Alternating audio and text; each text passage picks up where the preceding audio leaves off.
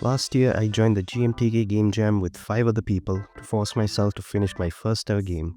Because for years and years, I've never been able to finish up a game myself, and since then, I've been trying to sharpen my game dev skills and made many games on the way.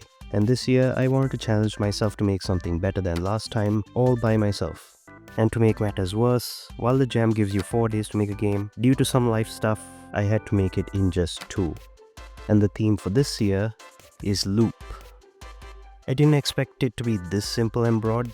All the ideas I had were so generic and I've done before a billion times. But there was one weird idea. It's not that strong, but it was the only unique one that I was happy with. So I wanted to make a roguelike deckbuilder. But before you question how I could make one in 2 days, just hear me out. This will be a card game about farming. You can use cards to till soil, plant crops, and whatever. Plants will be able to combo with each other. Just basic card game stuff. But here's where the loop comes in. So let's take Slay the Spire. You have cards, and the cards cost energy. You can use limited energy to play them, but all your energy is replenished at the start of each turn. Now imagine that, except the energy is money, and the money doesn't replenish. You need to use the money to plant seeds, and then grow plants, and get the money back by harvesting, to then use to plant more seeds and do it over and over, like a loop. And yeah, while this isn't the most flashy idea, I'll try to make it feel as fun as possible to play. So with a couple placeholders, I got a little tile map and cards at the bottom, which go up when you hover over them, and you can also drag them around. And of course the cards need to be playable, so the cards can apply an effect in an area or a single spot. And while we have a visual indicator, for now it does nothing. But we will need a crop to make it do something. And so let's make one. Not without some art, of course. So after a whole spree of making art for this tile map, and then for our first plant, and what? No, that's not wheat. Clearly a lot more orange. Well, here's the thing. This game will be set in an alien planet, and you will need to deal with alien plants that could combo with each other. And this plant in question is supposed to be some sort of alien wheat, which I'll be calling the tangerine, which is just a mash of 2 words, tangerine and grain, but you will see cooler names for the later plants, hopefully. And I did have an idea for the story where aliens are holding you captive, making you farm for your freedom or whatever, but moving on, I put it into the game and gave it a slight waving animation like there's wind, and it just made it seem more alive, along with a squishy animation which I will be using a lot later on. Now to make the cards do stuff, I made a whole system to store card effects like tilling soil, and then I made a card effect to plant our tangerines, which squished when planted, and it looks quite odd. Well, what we are doing right here is just spawning it at its normal size, and then squishing it then back to its normal size. While this looks okay on its own, for planting, not really. But there is a solution. Rather than squishing it, let's make it pre-squished as soon as it's planted, then return it to its normal size for this lovely effect, which feels a lot nicer. And don't mind the 2 squares on the left and right of the cards, I'll get back to it right after this. So planting also works if you increase the area of the cards, and there's another little problem, all the crops are swaying the same way, and it feels unnatural, so I randomized the animation timings and there. So you may have noticed whenever I played the cards, they would fly over to this box on the right.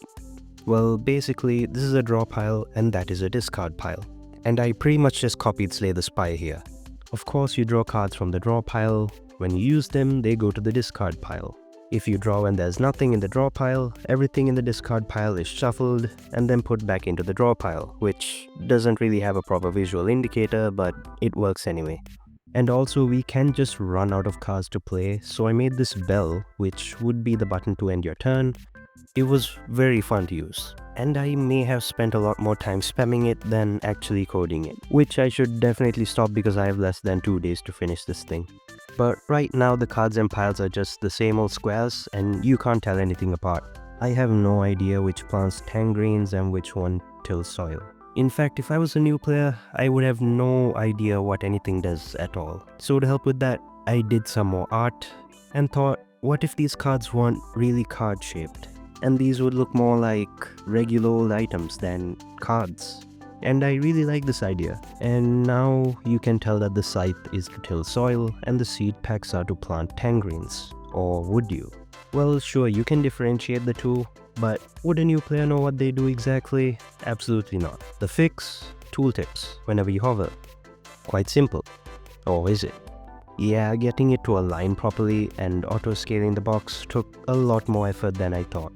But finally, I got it working perfectly.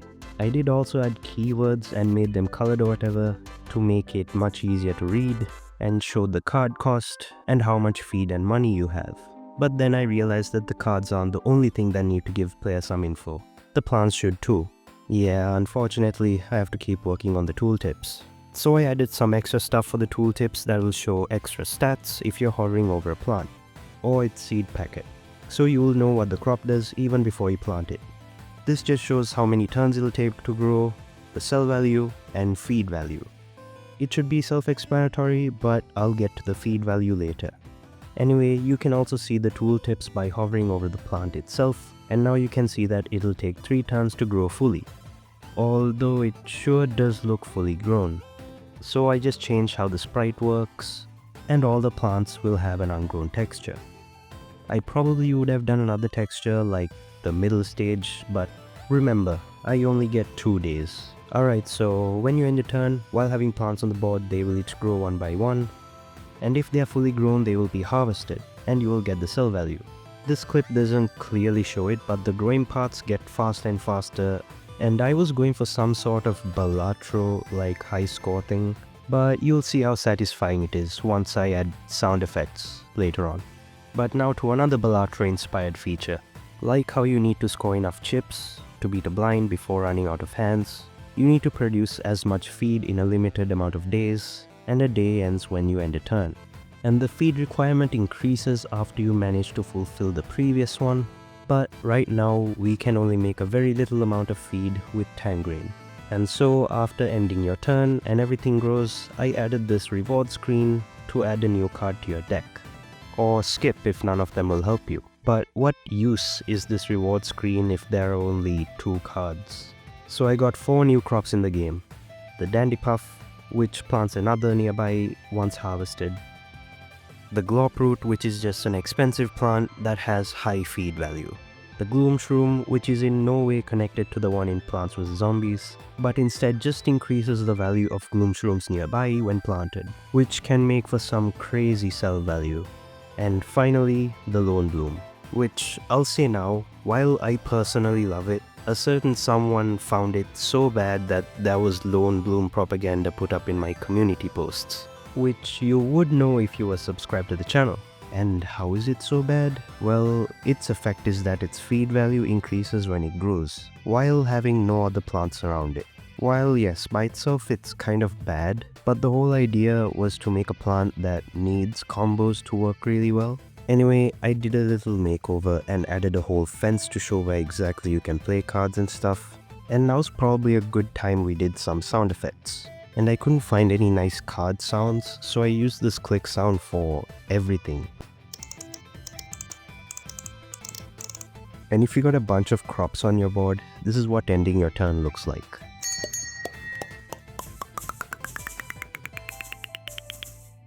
Very, very Balatro, and very satisfying. Oh man, and also the draw and discard piles are still the same. Let me add some textures real quick, and there we go. While everything looks, feels, and sounds good now, I realized that some mechanics were missing. Some non-seed cards.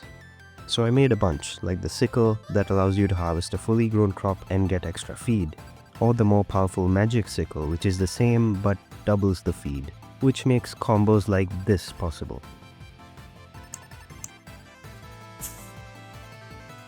There's more simple ones like drawing cards, single-use ones which give feed and money, and with all those combos we can finally end all the gameplay stuff here by adding a win and lose screen if you either fail to provide the feed in time or win by fulfilling all the requirements, which ended up not working in the end. I didn't realize until after the submissions were closed, but right now if you reach the final order, it will keep deducting your feed until you lose. Well, I mean, you can see your score anyway, even after losing, so I guess that's fine. I did want to make music, but it was only like an hour before the deadline and I didn't think I would be able to whip anything up in time. So it's just silence and sound effects. And with all that, the game was done, except we didn't have a name. So after some thinking, I came up with the name Sprout of This World. Out of this world, but with Sprout, because it's a farming game set in another planet, so yeah, I know, I'm pretty good at naming things. And so I ended up submitting, and remember the whole story idea I talked about earlier? Yeah, the aliens never showed up. Still waiting for me to finish the narrative, which did cost me some scoring.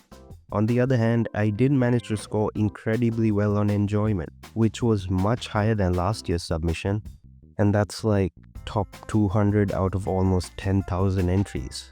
So I guess I have significantly improved since last year.